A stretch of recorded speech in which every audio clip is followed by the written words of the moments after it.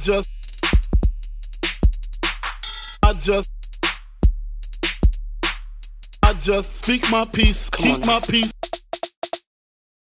What's good, y'all? Welcome to another episode of the Speak My Peace podcast. As always, I'm your gracious host, Greg Lacey.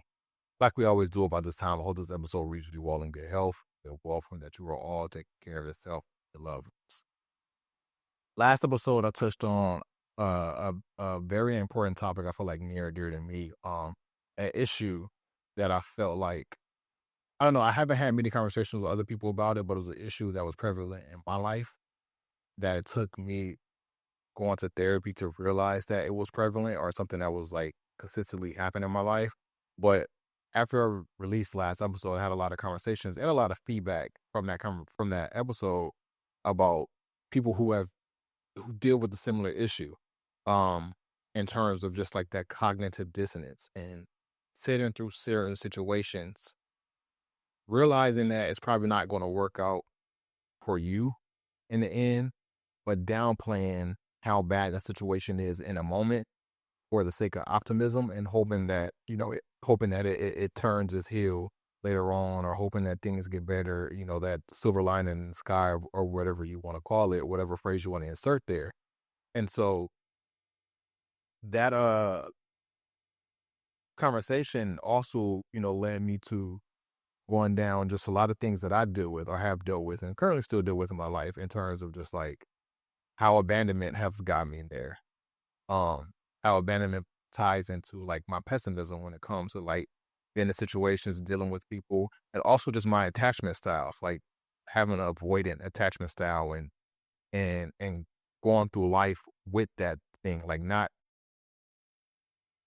fully getting attached to things for the sake of just being scared, just not knowing how things are going to turn out in the end, not putting a lot of faith in other people, and just not really having that much faith in people just in general. And how all three of those things tie into just like my cognitive dissonance and how I approach life in a lot of those situations was just like, in order to protect myself, I have to approach life this way because I've been let down so many times. Or in order to not get so tied into a situation, I have to keep my emotions in check because people can let me down, and so on and so forth. And so I did have a lot of conversations with people that have dealt with and deal with those certain situations as well. One of the things I did not cover in the last episode is like another thing that plays a factor into just like being afraid, or I guess I just gave away what the factor was, but another thing that plays into the idea of like stepping out of something or realizing something is not working and stepping away from something is fear. Fear of the unknown, fear of something new. It's enough to cripple you to stay in one place. I know I've dealt with it. Pretty sure a lot of you have dealt with it. Just like starting something new is not easy, and it's scary for a lot of people. It no matter what the new thing is. It can be starting a new school. You're the new kid in school. That can be scary. It can be you starting a new job. That can be scary. It can be literally the same job. You can be in this company for 20 years and you get promoted to a new role. That can be scary. Getting out of a relationship and eventually starting another relationship. That can be scary. Just the idea of shedding something and starting something new, it ties into growth, and growth in itself is something that's scary because it's not easy to grow, literally and figuratively. Like we all have gone through our growth spurts from childhood to teenage and adolescence through adulthood. Every time you begin to grow, every time your body began to stretch, we begin to feel those pains, whether it's in your knees or other limbs or whatever the case may be. You start to experience some type of pain in your knees. You see it a lot or hear it a lot with like especially like these young basketball kids who where one summer they may be 14 and 5'9", and then go away for the summer, come back their sophomore year, and now they're 15 and they're 6'7", that entire summer and the growth that had happened over that summer, it's hard for them to get accustomed to. For one, it's a new body that you got to get adjusted to. But for two, just the actual experience of growing, it hurts. It causes some pain on your limb because your body is stretching out. And that's the same thing with life. Like stepping into something new, it's growth because you're shedding what is no longer for you. You're shedding what is not working for you. You're shedding just something that you just don't need anymore, and you're stepping into new light. And the idea that a lot of times is scary. It happens all the time. I've dealt with it. I'm pretty sure a lot of you all have dealt with it. It's not something that you ever get comfortable with. It's not something that you can ever just prepare yourself for. Like, all right, I'm stepping into something new. I'm here, so on and so forth. Let me step into it. Like, yeah, you may be ready for it, you may be prepared for it, but you don't know what is really to come. So once you step into that, it can be a new role, new relationship, new environment. Let's say you're moving, whatever the case may be. It feels uncomfortable. But those are the growing pains that we need. And if we listen to that fear, or we let that fear control us enough, that, like I said, that is enough to cripple you to stay in that position that you're in. You could be in a relationship and you can see that the relationship is not working out, whether you are not the right person for your partner's not the right person for you. You all are just not reaching those goals that you may want in that partnership. And so the idea of like, okay, I've been with this person for 2 years, but it's not working out. We keep butting heads. We are not aligned on the visions for the future. We are not aligned on just where this relationship is going. Now I have to remove myself from this relationship. However, I just dedicated 2 years of my life to this person, and I want to be in a relationship. I want to eventually be married. I want to eventually start a family. And I thought this was the person that I was going to do that with. And the fact that it didn't work out, and now I have to step out of this to go find a new partner eventually, and now not reset my goals, but enter that path that I thought I was once on. That is enough to cripple you to stay in that relationship, because you have to weigh the pros and the cons. It's like, all right, this is bad, but we've been in this for X amount of years. I said 2 years. Let's stay with 2 years. This is bad, but I've been in this situation for 2 years. We were once working towards one goal. We might have slightly got it off track, but if we intentionally set ourselves to fix these things, work on these things, in another 2 years, we might be able to get back on track and maybe be further than where we expected.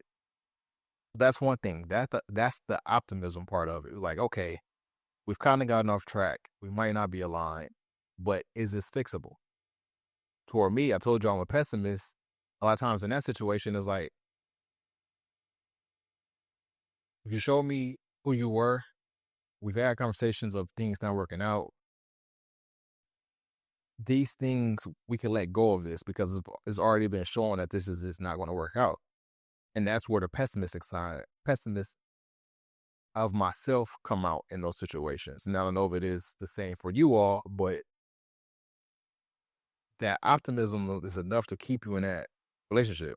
And it happens whether it's a good relationship or whether it's a toxic relationship. Just the optimism of hoping that there are brighter days, hoping that things will get fixed later on down the road, will keep you in that situation. Not really realizing that, like, that optimism can also be crippling you for finding a person who is actually for you, for finding the person that you're actually going to marry, for finding a person who is aligned with everything that you have planned for your future, and it's stopping you from finding that person. So that fear of like, damn, I got to do this all over again is enough to stop you, which is why I said in the last episode, like, a lot of times I prefer someone to break up with me, because whether I'm actively working on it or not, there was at some point an aspect of this relationship that was working. If we made it to 2 years, there were certain aspects of the relationship that was working to keep us both in the situation for this long.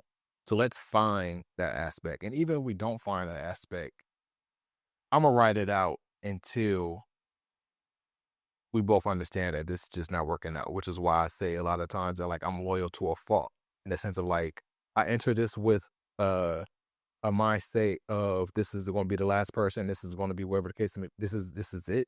This is the person I may eventually end up marrying. This is the person I'm going to start a family with. I'm going to do whatever I can to stay committed to that goal, which also ties into that idea what I was speaking about of being a failure.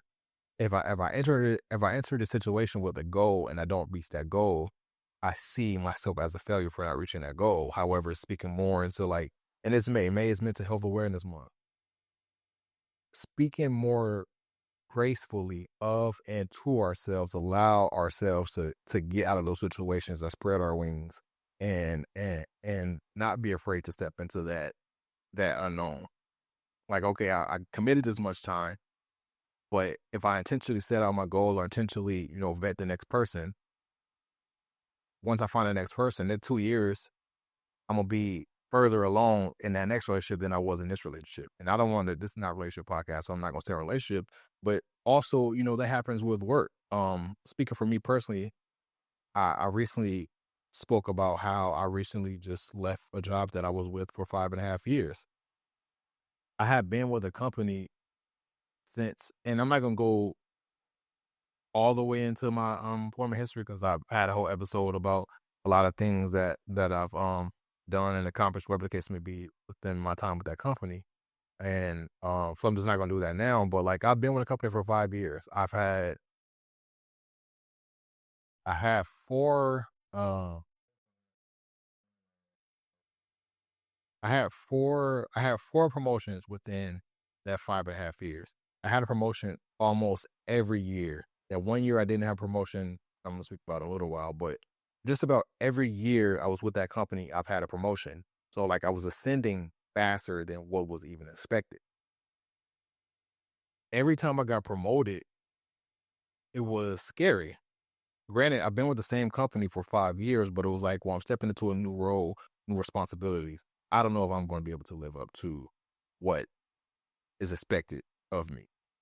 And so, in that sense, I'm not being crippled because I'm not like, well, no, don't give me a promotion. I want to stay in the role that I want to stay. But even just like the idea of, like, okay, we get it promoted, this is going to be effective January 1st. Now I'm looking forward to, like, all right, when January 1st comes, like, what's going to happen? Like, is it going to be different? If the people I'm speaking to going to look at me different or talk to me different, whatever the case may be, because you have new roles and responsibilities. The thing with my situation is that, like, I worked for a company that housed that dealt with many different clients. So almost every time I got promoted, I was switching clients. So I started with one client and got promoted, moved to another client, stayed with that client for about 3 years, got 2 promotions within those 3 years, and then got promoted again and moved to another client. So every time I was moving to a new team, it was scary. The fear of the unknown of, like, I don't know if I'm going to like these people. I don't know if they're going to be as good as the previous people I was working with. I don't know if I'm going to be able to do the duties that my role is responsible for. And I just don't know what it's going to be required of me because I'm stepping into something new. You all have to remember that, like, I enter in my career field and my career without any idea of what I was doing, with no expectation, because it wasn't something that, like, I was planning on doing, just something I just happened to stumble upon. And I just, not to toot my own horn, but I just ended up being really good at it, which is why I kept getting promoted so frequent. But not to get off track, going back into just the idea of just, like, leaving after 5.5 years. So, like, the reason why I was able to stay so long is because I got comfortable. I remember the first year I got there was a director of my team that told me, like, this job or this position is just a stepping stone. Like, stay here for a year and then get out of here. Go find somewhere else to go. Lucky for me, I ended up turning that to 5.5 years. But, like, one of the first conversations I had when I first got there was like, well, after a year, get out of here. And after a year came, I was getting promoted. And then after the next year came, I got promoted again.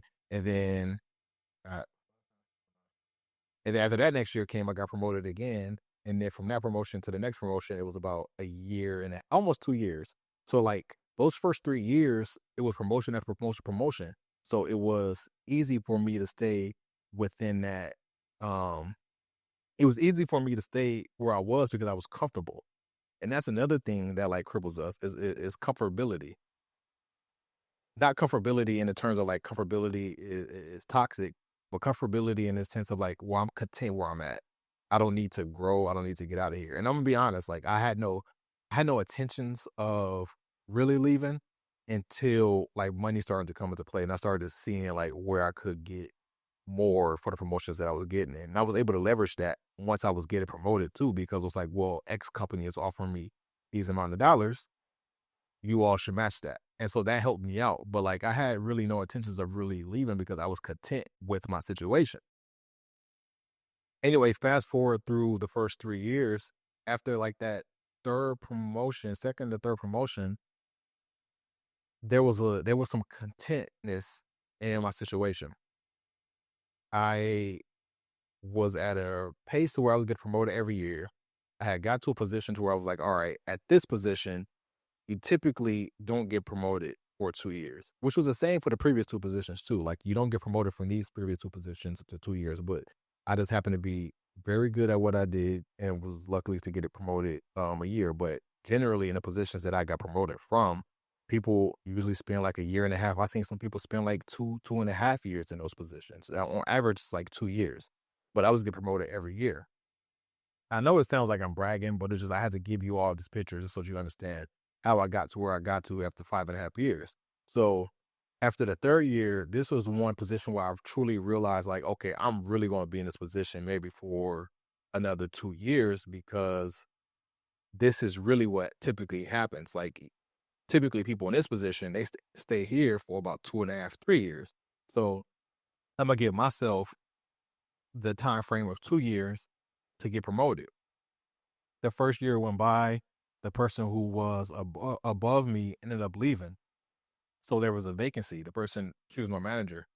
She ended up leaving, so there was a vacancy. I didn't feel like I was ready to be promoted, but I probably was ready to be promoted after that year. But they ended up bringing someone else in to fill her vacancy. The person they brought in didn't, and I never had a conversation with him, but just from my experience, didn't really have experience in the field that he was working in, to be completely honest. Like, I spent the next half a year, almost a year actually, because it came in, maybe it was like, it wasn't the actually year mark, it was like a little less than a year, which is why in my mind, I was like, oh, I'm not ready to be promoted because I haven't even been in this position for a full year. And typically I've been in positions for 4 years to be promoted. So I know that I'm not ready to get promoted. That's what I was telling myself in my mind. So maybe he had got brought in maybe like a year 10, a year 11 after my promotion. So in my mind, I'm not even thinking about it. So I'm not month 10 or month 11 my promotion. So I'm not even thinking about it. So we go from month 10 to month 11 and I spend the next almost year training this person. Mind you, this person is like supposed to be my manager because they're stepping in for the position of the person who was just managing me. Not really my manager, but really just the position above me, who was like the step before my actual manager or supervisor. So I spent the next year really just like training him and taking over responsibilities that he was supposed to be taking. And so within this year, I want to say year and I left that position. So I got promoted because I always got promoted in January. So I got promoted in January. From this January to that January, I didn't get promoted. And then from that January until November is when I left. So I spent about a year and 11 months in that position because then the holidays came where it gets to be. Okay. So I spent the next year about training him and taking over role responsibilities for his position. I ended up leaving in November. However, in May, I had a conversation with my actual supervisor because this was in the summer, you have performance reports and things like that. And the conversation around the performance reports was like, yeah, we feel like you're ready to be promoted. However, there just really isn't any space to promote you because our team is full. Like in order for us to promote you, someone will have to leave or someone else had to be promoted, and we just don't see that happening right now. So I had this conversation in May, and I still sat put for another 6 months because I didn't leave until the end of November, just because I was comfortable. And that comfortability was just my situation. Like, I had started this job right before the pandemic. So I spent the past 2.5 years working from home. At that point, I had been working from home. Maybe I had been working from home for about 3 years because I left that team 2023, end of 2023. So yeah, 3 years, because started working from home in 2020. So left that team at the end of 2023, and I haven't worked from home for 3 years. However, at this point, if you all remember where the world was in 2023, things were opening back up. A lot of big agencies, big offices are now requiring people to come back in the office. Earlier in the year, it was like hybrid. Now it was like, come back into the office 4 days a week, 5 days a week, whatever the case may be. However, that wasn't an emphasis on the position I was in. And that was something that was really convenient for me because at the time I was in a relationship that required a lot of my free time, just in terms of like me having to, get up and go somewhere, or it required a lot of me in terms of just my flexibility with my time. And so because of the comfortability of like my situation, I was able to do things that was required for me in my relationship. I was able to do, personal things. I was able to travel because I was still working from home. So you literally work from anywhere I have Wi-Fi. And I just kind of like, okay, well, this is, where I'm going to sit for a little while. But after I had the conversation in May, I was like, okay, I'm going to sit through this for the rest of the year. And then I'm gonna get up out of here, because if you're telling me I'm ready to be promoted and I'm not being promoted, there's a problem here. Like, we're butting heads. Like, we're not coming to an actual a positive conclusion from this conversation. So that happens in May. I stay in that situation until the end of the year, and by the end of the year, I was like, okay, well, if I'm not getting promoted, now it's time to leave. And the reason why I waited till the end of the year is because the company I worked for is very, very, very lenient when it comes to holidays. Like, we get damn near a whole week off for Thanksgiving. At the end of the year for Christmas and New Year's, we get like 2.5 weeks off. So I knew that with how that was going to work out, that I was going to be able to like use a lot of that free time to my advantage to like interview, a lot of that free time to my advantage to just like figure out where I was going and figuring out what I was doing. Also take into account that like I always take vacation around that time, whether it's September or October. So after I got off of vacation this year, I took it at the end of September. After I got off of vacation, I was like, okay, well, now I got to put boots to the ground. I got to figure out whether I'm going to leave or whether I'm just going to leave this team. And so what I did is I just started applying for other opportunities, or I reached out to HR, and I just started applying for other opportunities for like, well, I'm ready to be promoted. They said they can promote me. What else is available? And that was kind of like out of desperation, because it was like, well, I'm comfortable where I'm at. I like this company. Let me just figure out if I can still stay with this company. I stayed with the company, went to another team. Granted, the team and the people of the team was great. However, the client that I was working with was just something that was not of my interest. And so I spent a year and a half on that team knowing that I wasn't going to stay there for that long. So about first month, I realized that like, oh, this is not really what I expected it to be. But I'm gonna stick it out a little longer just to see if things change. Around month six, blah, blah. Around month six, I realized this is just not working out.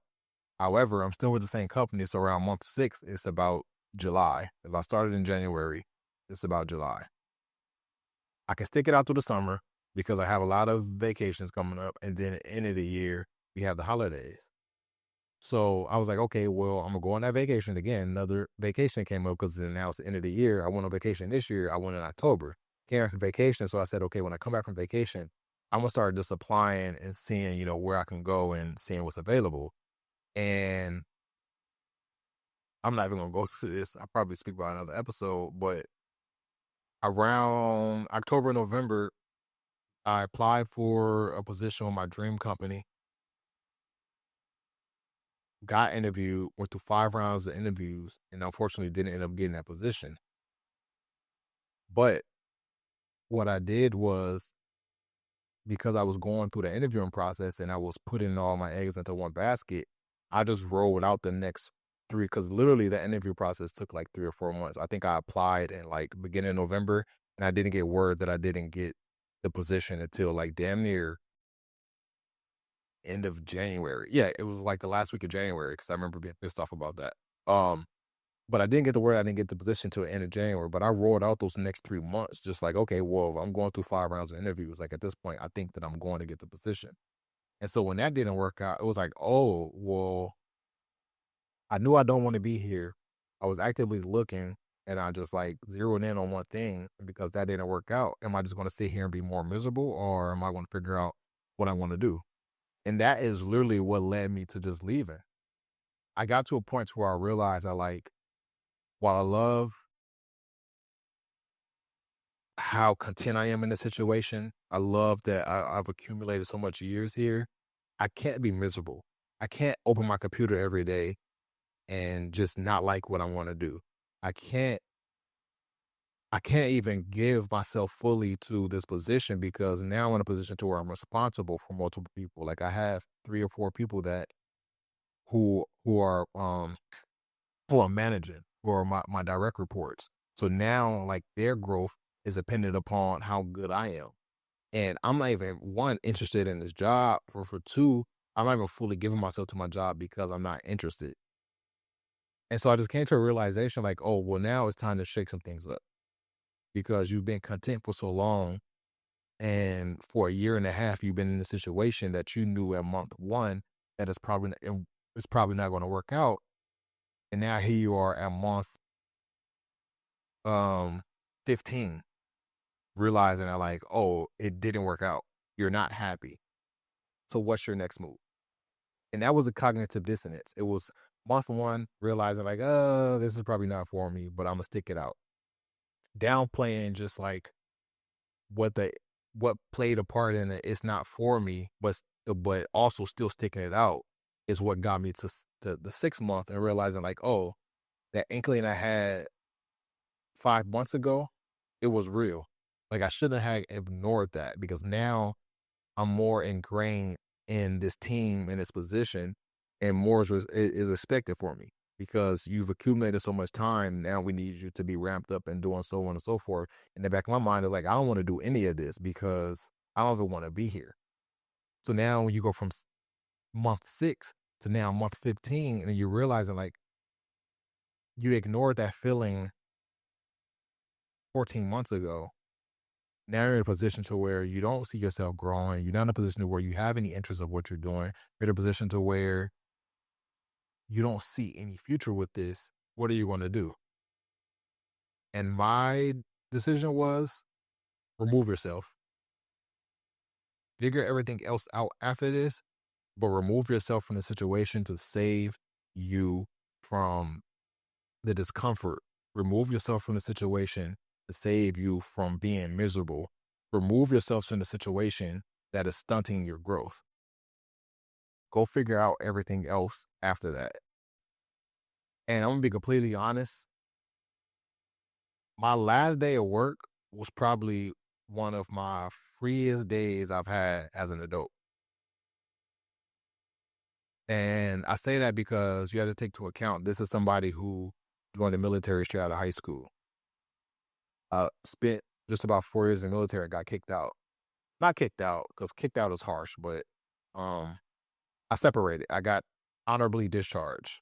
But I spoke about this in previous episode as well. Like when I got out of the military, that was very scary. It was like, well, now I haven't done anything other than this for so long. I don't know what's next. How do I continue to make my mom proud? How do I continue to make my grandma proud? How do I step into the new world to figure out what's next? So that was one thing. That was scary. So I go from military, and now I'm a student. And going through school, just the journey of going through school and figuring out what I'm going to do after school, that was something within itself. And so I finished school, and now I'm applying for jobs. I don't have a job. I've been applying for jobs for 6 months. That was scary. I wasn't even able to fully enjoy being a recent college graduate because it's like now I'm stressed out because I'm probably applied for like 300 jobs, 500 jobs within that 6 month span and didn't get any jobs. So I wasn't able to I wasn't even able to fully enjoy my accomplishment of graduating college. And so I go from there to like now I'm working in this company. Granted, I got this job on a humbug. If you all don't know, the reason why I was even with that company is because my previous girlfriend, they had reached out to her for a position and she wasn't interested, but she was like, hey, but I may have somebody that may be interested if you have any entry level positions. And literally that's how I got the job, is that because they reached out to her for something she wasn't interested in and she shot them my resume and I interviewed and I got the job.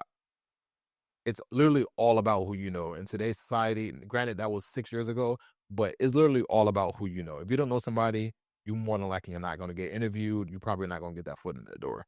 So you go through that, and now after 6 months, I finally get a job because I got a recommendation from my partner at the time. And now I'm here for 5.5 years. Granted, you got to think that first year is like somebody told me that, like, hey, after this first year, go figure out somewhere else. And then you go through the pandemic and you come out on the other side of that pandemic and you're just trying to figure out just like the operating in this new sense. Like a lot of that, the return to office things was also uneasy for me. But moving from one team that I had been with for 3 years to another team, and then realizing the first month of this team not work out, it was very uneasy and it was very uncomfortable. But it started to make me miserable because I was like, oh, I thought that it may be greater on the other side. Granted, I'm glad that I did make the decision to leave one team to go to another team, because if I didn't, I don't know how long I would have been in that position and not have gotten a promotion. But I did get the promotion and I did get a year and a half of experience in the position that I was in. So now I can leverage that when I'm going looking for new opportunities or whatever the case may be. But in that situation, I just kind of got miserable because I was realizing like, oh, well, I made a decision thinking that I was taking a bet on myself, in which I did take a bet on myself, but it just didn't work out. And so when I finally left and I finally quit and finally my last day of work, it was like, this feels so much good. Like I don't have to open up my computer and not feel miserable. I don't have to open up my computer and just not be happy. In hindsight, I kind of regret the decision because the job market is fucking terrible. But in the same sense, like what I was feeling in that situation, I needed to get out of it. And so I challenge all of you. It don't have to be a job, it don't have to be a move, it don't have to be a relationship, but assess where you are at in life and assess whether it's working for you or not. You assess that by looking at your goals and your plans. You assess that by what you're getting from it. You assess that by the trajectory of where you're at. Like, are you stagnant, or do you see, ascension from where you currently are? And you assess that by just your happiness. And if you're getting no's from all of those questions, step out of that situation and figure out what's on the other side of that. Because it's nothing good about being miserable in a situation. So that's really all I got for you all this week. As we get out of here, my what to watch for this week, we're going to go with Government Cheese on Apple TV Plus. Once again, my what to watch for this week is Government Cheese on Apple TV Plus. That's the Speak My Peace podcast for this week. I'm out.